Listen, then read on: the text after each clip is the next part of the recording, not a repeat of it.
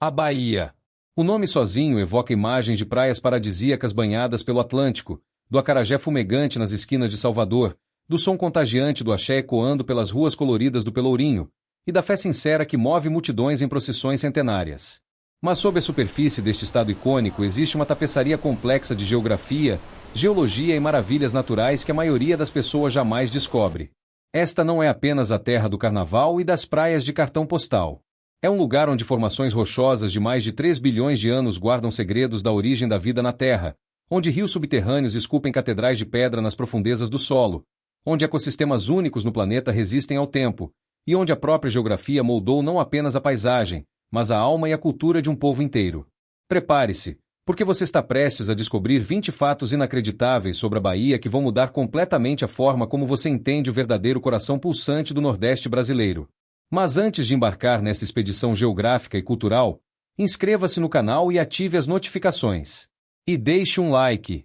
Sem mais delongas, vamos começar esta jornada extraordinária. Fato número 20. O recôncavo baiano. A anomalia geográfica que alimentou uma nação. Começamos com algo que pouquíssimas pessoas compreendem verdadeiramente. O recôncavo baiano não é apenas uma região geográfica qualquer. É uma das formações costeiras mais singulares de todo o hemisfério sul. Esta área em forma de anfiteatro natural abraça a Baía de Todos os Santos e cria um microclima absolutamente único. A combinação de solos ricos derivados de rochas sedimentares antigas, o regime de chuvas moderado e constante, e a proteção natural contra ventos oceânicos fortes transformou esta região em um verdadeiro berço da agricultura brasileira. Durante séculos, o recôncavo foi responsável por alimentar não apenas a Bahia, mas grande parte do Brasil colonial com sua produção de cana-de-açúcar, tabaco e mandioca. Mas o verdadeiro mistério geográfico aqui é a Baía de Todos os Santos em si. Com seus impressionantes 1.052 km² de área, ela é a segunda maior baía costeira do Brasil e abriga 56 ilhas de diversos tamanhos. Esta baía foi formada por uma combinação extraordinária de processos geológicos, o afundamento tectônico da região, a erosão causada por rios ancestrais e a elevação do nível do mar no final da última era glacial. Quando estou no recôncavo e olho para a vastidão da baía, percebo que estou contemplando uma geografia que literalmente moldou a história econômica e cultural de todo um país, uma anomalia geológica que transformou a Bahia no centro nervoso do Brasil colonial. Fato número 19. A Chapada Diamantina, um labirinto vertical de 38 mil km². Se você pensa que conhece a Chapada Diamantina porque visitou a Cachoeira da Fumaça ou o Morro do Pai Inácio, precisa saber que você viu apenas uma fração microscópica desta imensidão geológica. A Chapada Diamantina abrange aproximadamente 38 mil km² de território baiano, uma área maior que países inteiros como a Bélgica ou Israel. O que torna este lugar absolutamente extraordinário do ponto de vista geográfico é que ele representa uma das maiores exposições de rochas sedimentares do Proterozoico no mundo, com formações que datam de 1,7 bilhão de anos atrás. Estas rochas contam a história de antigos mares que cobriram a região, desertos ancestrais comparáveis ao Saara moderno, e rios gigantescos que esculpiram vales profundos ao longo de milhões de anos. A topografia da Chapada é um pesadelo maravilhoso para cartógrafos. São centenas de platos, vales encaixados, cânions verticais, grutas labirínticas e formações rochosas que desafiam a gravidade. O Parque Nacional da Chapada Diamantina, criado em 1985, protege apenas uma fração desta imensidão. Existem áreas da Chapada tão remotas e inacessíveis que ainda não foram completamente mapeadas ou exploradas. Quando caminho por uma trilha na Chapada e toco as rochas avermelhadas dos paredões, estou literalmente tocando pedras que se formaram quando a vida na Terra era apenas microscópica, bilhões de anos antes dos primeiros dinossauros, em uma época em que o supercontinente Rhodine ainda estava se formando. É uma máquina do tempo geológica a céu aberto. Fato número 18. As grutas azuis de Pratinha e Torrinha, catedrais subterrâneas esculpidas gota a gota. A Bahia esconde em suas entranhas alguns dos sistemas de cavernas mais espetaculares de todo o Brasil. As grutas de Pratinha, Torrinha, Lapa Doce e dezenas de outras formam um labirinto subterrâneo que se estende por quilômetros sob a superfície da Chapada Diamantina. O processo de formação destas cavernas é fascinante do ponto de vista geográfico. Durante milhões de anos, água levemente ácida, acidificada pelo gás carbônico da atmosfera e do solo, percolou através de fissuras nas rochas calcárias, dissolvendo lentamente o carbonato de cálcio e criando câmaras cada vez maiores. O resultado é um mundo subterrâneo de uma beleza indescritível, com estalactites pendendo do teto como candelabros de pedra, estalagmites crescendo do chão em formações que parecem órgãos de catedrais góticas, e cortinas de calcita translúcida que parecem ter sido esculpidas por artistas divinos. A Gruta Azul de Pratinha é particularmente extraordinária porque possui um lago subterrâneo de águas cristalinas que, quando iluminado pela luz do sol que penetra por aberturas no teto, adquire uma tonalidade azul elétrica absolutamente sobrenatural. A temperatura dentro destas grutas permanece constante ao redor de 24 graus Celsius durante todo o ano, independentemente das condições climáticas na superfície. Explorar estas cavernas é como entrar em um museu geológico vivo, onde cada formação conta milhares ou milhões de anos de história da interação entre a água e a rocha, um processo que continua acontecendo hoje, gota a gota, milímetro a milímetro, esculpindo lentamente novas maravilhas nas profundezas da terra baiana. Fato número 17. O arquipélago de Abrolhos, o berçário das baleias jubarte no Atlântico Sul, a aproximadamente 70 quilômetros da costa sul da Bahia, emerge do Atlântico um dos ecossistemas marinhos mais importantes de todo o hemisfério sul, o arquipélago de Abrolhos. Este conjunto de 5 ilhas vulcânicas principais, Siriba, Redonda, Sueste, Guarita e Santa Bárbara, e diversos recifes e bancos de corais representa a maior formação de recifes de coral do Atlântico Sul. Mas o verdadeiro milagre geográfico e biológico de Abrolhos acontece entre julho e novembro de cada ano, quando as águas ao redor do arquipélago se transformam no principal berçário das baleias jubarte de todo o Atlântico Sul Ocidental. Estas gigantes marinhas, que podem pesar até 40 toneladas e medir 16 metros de comprimento, viajam milhares de quilômetros desde suas áreas de alimentação na Antártida até as águas mornas e protegidas de Abrolhos para dar à luz e amamentar seus filhotes. A geografia única desta região, águas rasas, temperatura elevada, proteção natural contra predadores e abundância de alimento, cria as condições perfeitas para a reprodução destes magníficos cetáceos. O que muitos não sabem é que Abrolhos também abriga formações coralíneas únicas chamadas chapeirões, estruturas em forma de cogumelo gigante que podem atingir até 25 metros de altura e 50 metros de diâmetro, encontradas apenas nesta região do planeta. Estas torres de coral crescem em águas relativamente profundas e abrigam uma biodiversidade marinha espetacular. Quando você mergulha em Abrolhos e vê uma baleia jubarte com seu filhote deslizando graciosamente pelas águas azuis, está testemunhando um fenômeno geográfico e biológico que conecta a Bahia à Antártida, num ciclo migratório que se repete milhares de anos. Fato número 16. A Costa do Dendê, um ecossistema milenar ameaçado de extinção entre Salvador e o extremo sul da Bahia, se estende uma das paisagens mais características e ao mesmo tempo mais ameaçadas do estado. A Costa do Dendê, também conhecida como Zona da Mata Atlântica Costeira. Esta região abriga os últimos remanescentes significativos da Mata Atlântica primária da Bahia, uma floresta tropical úmida que já cobriu praticamente toda a costa brasileira. O que torna esta área geograficamente extraordinária é a combinação de manguezais extensos, restingas, dunas móveis, lagoas costeiras, ilhas fluviais e a floresta ombrófila densa que cresce literalmente até a beira-mar. A biodiversidade desta região é assombrosa, são centenas de espécies de árvores, orquídeas, bromélias, aves endêmicas como o mutundu sudeste e o papagaio chauá, mamíferos ameaçados como o mico-leão da cara dourada, encontrado apenas nesta região do mundo, e uma infinidade de insetos, répteis e anfíbios. Os manguezais da Costa do Dendê são particularmente importantes porque funcionam como berçários naturais para centenas de espécies de peixes, crustáceos e moluscos, além de protegerem a costa contra a erosão e as tempestades. Infelizmente, menos de 8% da cobertura original de Mata Atlântica permanece na Bahia, tornando cada hectare remanescente absolutamente precioso. A geografia desta região, com seus rios meandrantes repletos de ilhas, suas baías protegidas e suas florestas exuberantes, criou as condições perfeitas para o desenvolvimento de comunidades tradicionais quilombolas e indígenas que mantêm uma relação harmoniosa com o ambiente há séculos. Quando caminho por uma trilha na Mata Atlântica da Bahia e escuto o canto dos pássaros, o farfalhar das folhas ao vento, e vejo a luz do sol filtrando através do dossel da floresta, sinto que estou em um dos últimos refúgios de um ecossistema milenar que já cobriu milhões de hectares e que agora resiste heroicamente em fragmentos cada vez menores. Fato número 15. A Caatinga baiana, o sertão não é um deserto, é um milagre de adaptação quando as pessoas pensam na Bahia, geralmente imaginam praias e coqueiros. Mas mais de 60% do território baiano é coberto por um bioma completamente diferente e igualmente fascinante, a Caatinga. Este ecossistema único, encontrado exclusivamente no Nordeste brasileiro, é frequentemente confundido com deserto, mas essa comparação é profundamente injusta e cientificamente incorreta.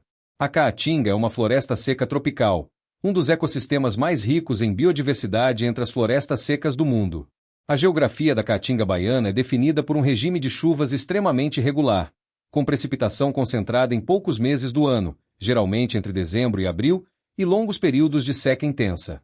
As plantas desenvolveram adaptações extraordinárias para sobreviver nestas condições. Raízes que se estendem por dezenas de metros em busca de água subterrânea, caules que armazenam água como tanques naturais, folhas pequenas e cerosas que minimizam a perda de umidade, e a capacidade de entrar em dormência completa durante a seca, perdendo todas as folhas para economizar energia.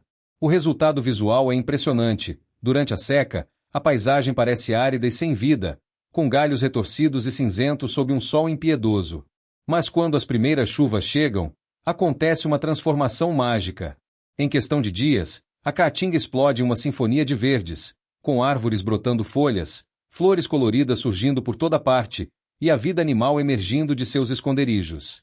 A fauna da caatinga inclui espécies encontradas apenas ali: ararinha azul, infelizmente extinta na natureza, arara azul de Lear, tatu-bola, veado catingueiro e centenas de outras. A geografia do sertão baiano criou um laboratório evolutivo onde a vida desenvolveu soluções criativas e elegantes para prosperar em condições que parecem impossíveis. Fato número 14. O Rio São Francisco, a artéria vital que une 5 estados. Embora o Rio São Francisco não nasça na Bahia, sua nascente fica em Minas Gerais, este rio monumental define a geografia, a economia e a cultura de grande parte do estado. O Velho Chico, como é carinhosamente chamado, atravessa a Bahia por aproximadamente 1.300 quilômetros, representando quase metade de seu curso total de 2.830 quilômetros. A bacia hidrográfica do São Francisco drena uma área de 638 mil quilômetros quadrados, aproximadamente o tamanho da França. Na Bahia, o rio atravessa desde as regiões mais secas da Caatinga até áreas de transição com o Cerrado, criando uma faixa verde de vida e prosperidade em meio ao semiárido. O rio não é apenas uma fonte de água, é uma fonte de alimento, com dezenas de espécies de peixes endêmicos, energia, através de usinas hidrelétricas, transporte, conectando comunidades ribeirinhas por centenas de quilômetros, e identidade cultural. As comunidades ribeirinhas desenvolveram uma cultura única, com festas, culinária, artesanato e tradições que são inseparáveis da geografia do rio. Um dos aspectos mais fascinantes do São Francisco na Bahia é o fenômeno das ilhas do rio, formações de sedimentos que criam ilhas temporárias ou permanentes no leito do rio, algumas grandes o suficiente para serem habitadas e cultivadas. Durante a época de cheias, tradicionalmente entre novembro e abril, o rio pode aumentar dramaticamente sua vazão, inundando áreas de várzea e depositando sedimentos ricos que fertilizam naturalmente as terras agrícolas. Esta dinâmica anual criou por milênios um sistema natural de irrigação que sustentou populações humanas muito antes da chegada dos europeus. Infelizmente, a construção de barragens ao longo do século XX alterou profundamente este regime natural de cheias, causando impactos significativos tanto nos ecossistemas aquáticos quanto nas comunidades tradicionais que dependiam deste ciclo. Fato número 13. O Morro do Pai Inácio, um testemunho rochoso de 1,7 bilhão de anos. Poucos símbolos geográficos da Bahia são tão icônicos quanto o Morro do Pai Inácio, erguendo-se 1.120 metros acima do nível do mar no coração da Chapada Diamantina. Mas este monumento natural é muito mais do que apenas um ponto turístico para selfies espetaculares. Do ponto de vista geológico, o Morro do Pai Inácio é um testemunho rochoso de processos que ocorreram há 1,7 bilhão de anos, durante o período Proterozoico. A rocha que forma o morro é principalmente arenito e conglomerado da formação Tombador. Depositado quando a região era coberta por um vasto sistema de rios entrelaçados, sistema fluvial Braided, em um ambiente similar aos modernos leques aluviais. O que vemos hoje como montanhas isoladas são na verdade os remanescentes de um platô muito maior que foi erodido ao longo de milhões de anos. O formato característico do morro, com topo plano e encostas íngremes, é resultado de erosão diferencial, onde camadas de rocha mais resistentes no topo protegem as camadas mais macias abaixo, criando estas formações tabulares. A subida ao topo do Morro do Pai Inácio recompensa o visitante com uma das vistas mais espetaculares de toda a Chapada, um panorama de 360 graus que revela dezenas de outros morros e serras se estendendo até o horizonte, vales profundos cortando o platô e a imensidão do céu sertanejo. Ao pôr do sol, quando a luz dourada banha as rochas avermelhadas e projeta sombras dramáticas nos vales, é impossível não sentir uma conexão profunda com a escala geológica do tempo e perceber quão efêmera é nossa presença comparada à permanência destas rochas antigas. Fato número 12. A Cachoeira da Fumaça, o salto livre de 340 metros no município de Palmeiras, também na Chapada Diamantina, encontra-se uma das quedas d'água mais impressionantes do Brasil, a Cachoeira da Fumaça. Com seus 340 metros de queda livre, Ela é a segunda maior cachoeira do Brasil e uma das maiores da América do Sul. Mas o que realmente torna esta cachoeira extraordinária do ponto de vista geográfico não é apenas sua altura vertiginosa, mas o fenômeno que lhe dá o nome. Durante a época de seca, aproximadamente de maio a setembro, a vazão de água diminui significativamente. Quando a água se precipita da borda do paredão de 340 metros de altura, ela é literalmente pulverizada pelos ventos ascendentes que sobem pela face do penhasco. Esta pulverização transforma a água em uma névoa fina que se assemelha a fumaça subindo, daí o nome. Em alguns dias de seca extrema, a água é completamente evaporada antes de atingir o solo, criando um espetáculo sobrenatural de uma cachoeira que desaparece no ar. A Cachoeira da Fumaça é alimentada pelo rio Capivari, que corre sobre o platô da Chapada antes de alcançar abruptamente a borda e despencar no vazio. O paredão vertical sobre o qual a água cai é formado por camadas de quartzito e arenito extremamente resistentes à erosão, razão pela qual esta formação manteve sua altura dramática ao longo de milhões de anos. Existem duas formas de vivenciar esta maravilha geográfica: pela parte de cima, onde você pode literalmente deitar na borda e olhar para o abismo, não para os fracos de coração, ou pela parte de baixo, após uma trilha longa e desafiadora, onde você pode ver a água transformando-se em névoa centenas de metros acima de sua cabeça. Ambas as perspectivas são absolutamente impressionantes e revelam a escala monumental das forças geológicas que moldaram a Chapada. Fato número 11. O Poço Encantado e o Poço Azul, lagoas subterrâneas de águas cristalinas entre abril e setembro. Algo mágico acontece nas profundezas da terra baiana. O Poço Encantado, localizado no município de Taetê, e o Poço Azul, em Nova Redenção, são cavernas inundadas que abrigam lagoas subterrâneas de uma clareza tão perfeita que parecem irreais. O Poço Encantado tem aproximadamente 120 metros de comprimento, 60 metros de largura e profundidade que alcança até 60 metros em alguns pontos. Suas águas são tão transparentes que você pode ver formações rochosas e galhos de árvores no fundo com clareza fotográfica, mesmo a dezenas de metros de profundidade. Mas o verdadeiro espetáculo acontece entre abril e setembro, quando o ângulo do sol permite que raios solares penetrem através de aberturas no teto da caverna e atinjam a água em um ângulo perfeito. Quando isso acontece, a água adquire uma tonalidade azul elétrica absolutamente deslumbrante, criando um cenário que parece saído de um filme de ficção científica. O Poço Azul oferece uma experiência diferente. Aqui os visitantes podem mergulhar com snorkel nas águas cristalinas, flutuando sobre um abismo subaquático e observando formações rochosas submersas. A visibilidade pode exceder 60 metros, permitindo que você veja toda a extensão da caverna inundada. Do ponto de vista geológico, estas cavernas inundadas são formadas pelo mesmo processo de dissolução cárstica que cria outras grutas na região. A diferença é que nestas, o nível do lençol freático permanece alto o suficiente para manter as câmaras permanentemente inundadas. A pureza excepcional da água se deve à filtragem natural através das rochas calcárias, que removem praticamente todas as partículas suspensas. A temperatura da água permanece constante ao redor de 24 a 26 graus Celsius durante todo o ano, tornando o mergulho confortável mesmo nos dias mais quentes. Fato número 10. A Península de Maraú, o paraíso escondido entre dois mares localizada no sul da Bahia. A Península de Maraú é uma joia geográfica que permanece relativamente desconhecida mesmo entre muitos brasileiros.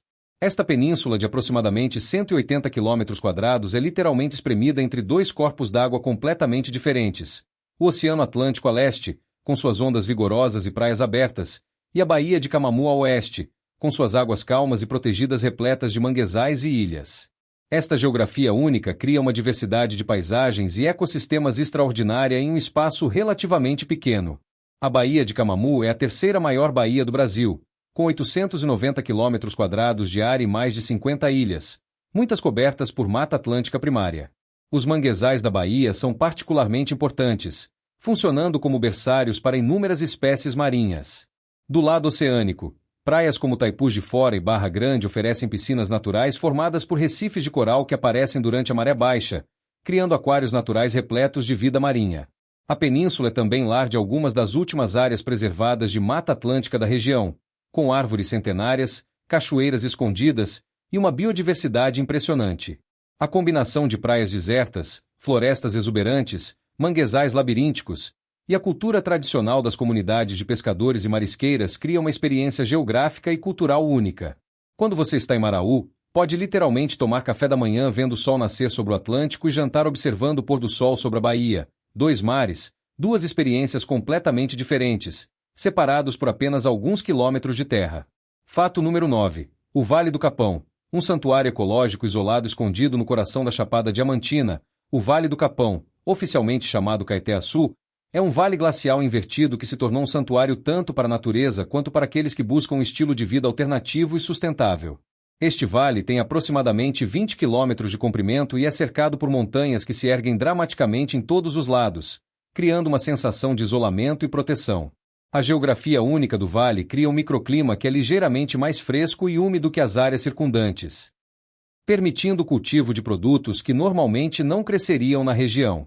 A comunidade que se estabeleceu no Vale do Capão a partir dos anos 1970 criou um modelo de vida sustentável baseado na permacultura, agricultura orgânica e preservação ambiental. O vale abriga nascentes cristalinas, cachoeiras escondidas, trilhas que levam a mirantes espetaculares, e uma biodiversidade rica que inclui espécies raras e endêmicas. O acesso relativamente difícil ao vale, uma estrada de terra sinuosa que atravessa montanhas, ajudou a preservar seu caráter tranquilo e sua natureza intocada. A geografia isolada do vale criou um experimento social fascinante, onde uma comunidade diversa de brasileiros e estrangeiros conseguiu estabelecer um modo de vida que está em harmonia com o ambiente natural ao redor, provando que é possível habitar estas paisagens dramáticas sem destruí-las.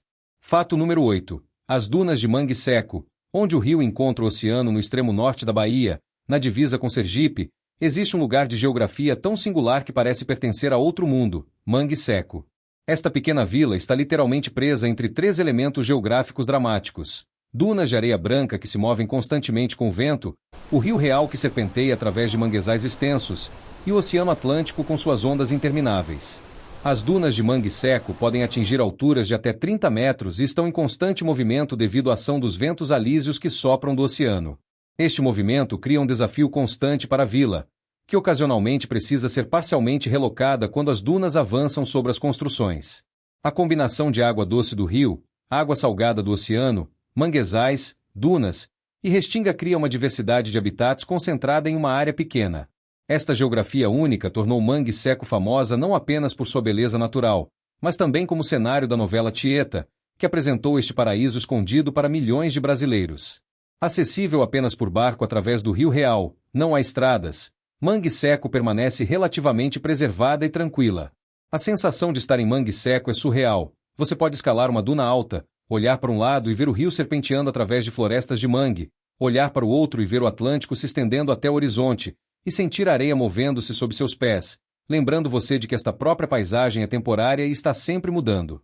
Fato número 7. A região cacaueira, o reino do cacau e suas fazendas centenárias no sul da Bahia, particularmente a região ao redor de Ilhéus e Itabuna, possui uma geografia e uma história profundamente entrelaçadas com uma única planta, o cacau, Theobroma cação.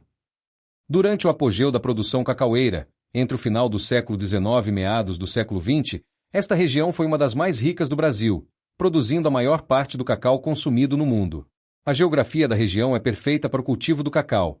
A combinação de mata atlântica úmida proporcionando sombra natural, solo rico em matéria orgânica, chuvas abundantes e bem distribuídas ao longo do ano, e temperaturas mornas constantes cria o ambiente ideal para as árvores de cacau.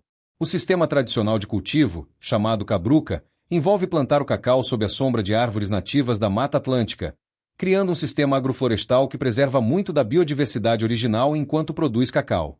As grandes fazendas de cacau, com suas casas grandes e imponentes, senzalas que testemunham a história escravocrata e extensas áreas de cultivo, moldaram não apenas a paisagem física mas também a estrutura social da região. Jorge Amado imortalizou esta geografia e cultura em romances como Gabriela, Cravo e Canela e Terras do Sem Fim, capturando a violência, paixão e riqueza que o cacau trouxe para a região. Infelizmente, a chegada da doença vassoura de bruxa nos anos 1980 devastou as plantações, causando uma crise econômica profunda da qual a região ainda está se recuperando. Hoje, muitas das antigas fazendas foram transformadas em pousadas históricas, permitindo aos visitantes experimentar este pedaço único da geografia e história baiana. Fato número 6. O Pantanal Baiano. O primo esquecido do Pantanal mato-grossense. Poucas pessoas sabem que a Bahia tem seu próprio Pantanal.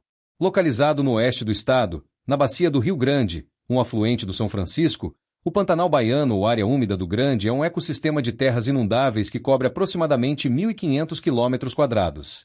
Durante a estação chuvosa, novembro a abril, Vastas áreas da planície ficam inundadas, criando um mosaico de lagoas temporárias, campos alagados e ilhas de vegetação. Esta inundação sazonal cria um dos ecossistemas mais produtivos da Bahia, atraindo enormes concentrações de aves aquáticas, peixes, jacarés e outros animais que vêm se alimentar e reproduzir. Durante a seca, a água recua, deixando para trás lagoas permanentes cercadas por campos de gramíneas onde o gado pasta. A geografia desta região úmida em meio ao semiárido do oeste baiano é surpreendente e cria oportunidades únicas para a observação da vida selvagem. Espécies como garças, colhereiros, jaburos, capivaras, lontras e dezenas de outras podem ser vistas em grandes números. Infelizmente, como muitas áreas úmidas brasileiras, o Pantanal baiano enfrenta ameaças da expansão agrícola, projetos de irrigação que alteram os regimes naturais de inundação e poluição. A preservação desta geografia única é crucial não apenas para a biodiversidade, mas também para as comunidades locais que dependem dos recursos naturais da área. Fato número 5. Os cânions do São Francisco, paredões verticais esculpidos pelo Rio do Velho Chico próximo à divisa da Bahia com Sergipe e Alagoas.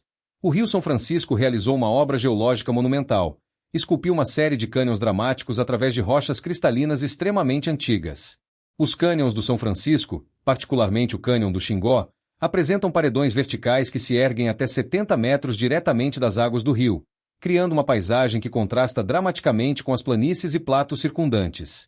Estas formações foram criadas ao longo de milhões de anos à medida que o São Francisco cortou seu caminho através de rochas do embasamento cristalino, algumas das quais datam de mais de 2 bilhões de anos.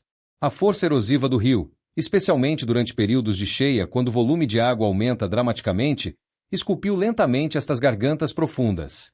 As paredes dos cânions revelam camadas de história geológica, granitos rosados, gneiss bandados e diques de rochas ígneas escuras que se intrometeram nas rochas mais antigas.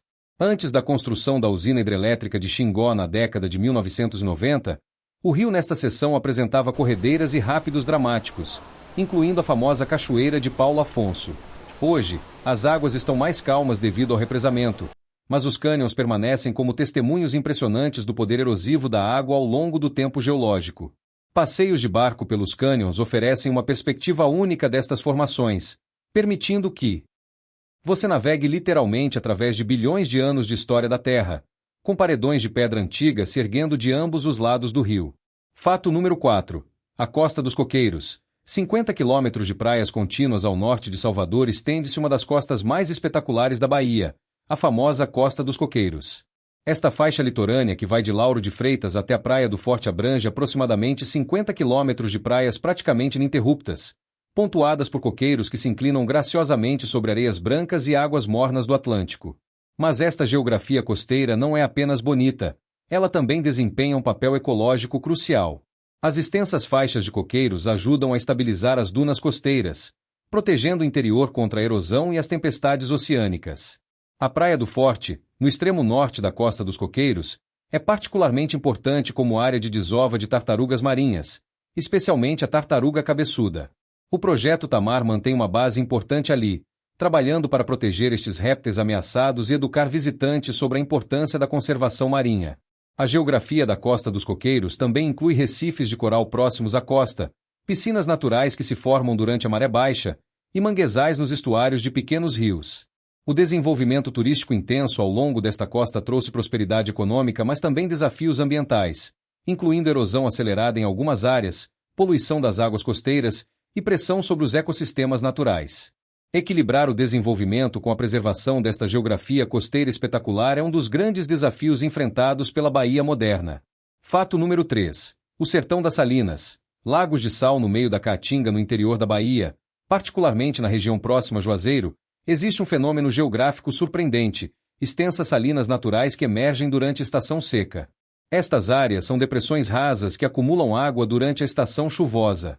Quando a água evapora sob o sol intenso do sertão, deixa para trás depósitos de sal que podem cobrir centenas de hectares, criando paisagens brancas e reflexivas que parecem completamente fora de lugar em meio à Caatinga. A origem destes depósitos de sal é fascinante do ponto de vista geológico.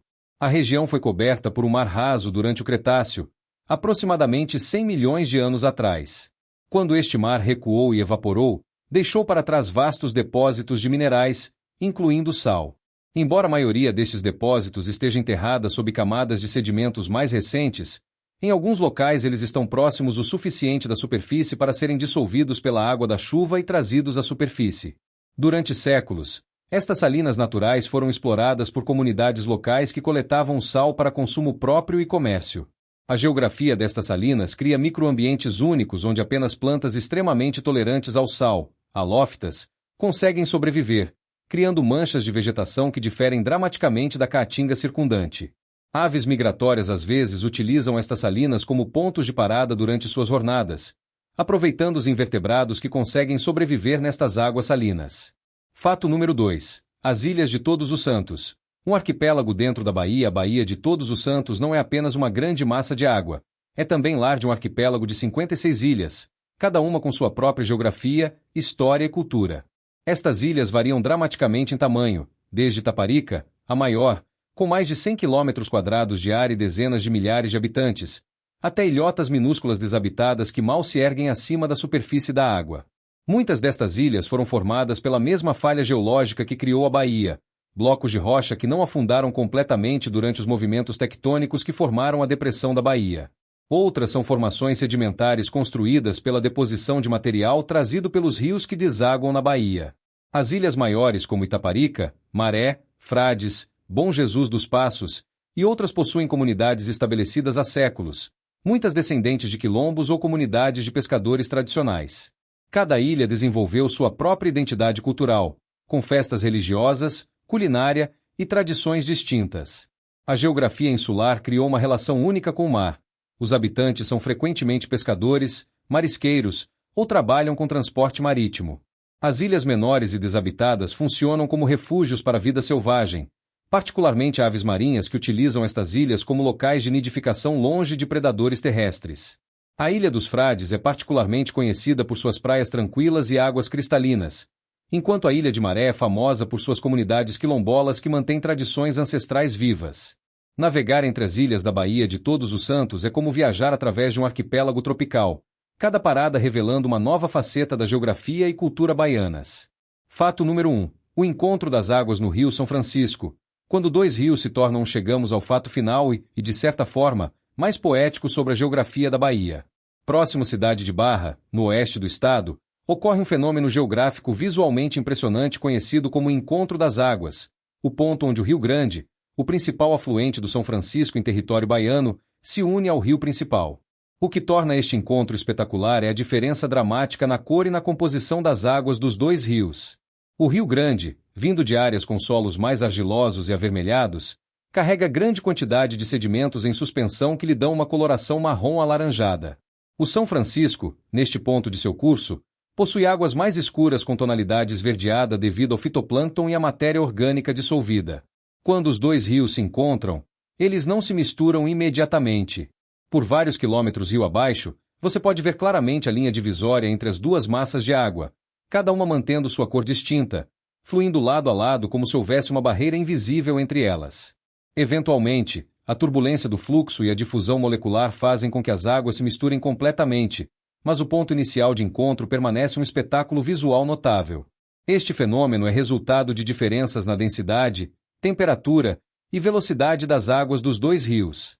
Geograficamente, este ponto marca a união de duas bacias hidrográficas significativas, consolidando São Francisco como um dos maiores rios da América do Sul.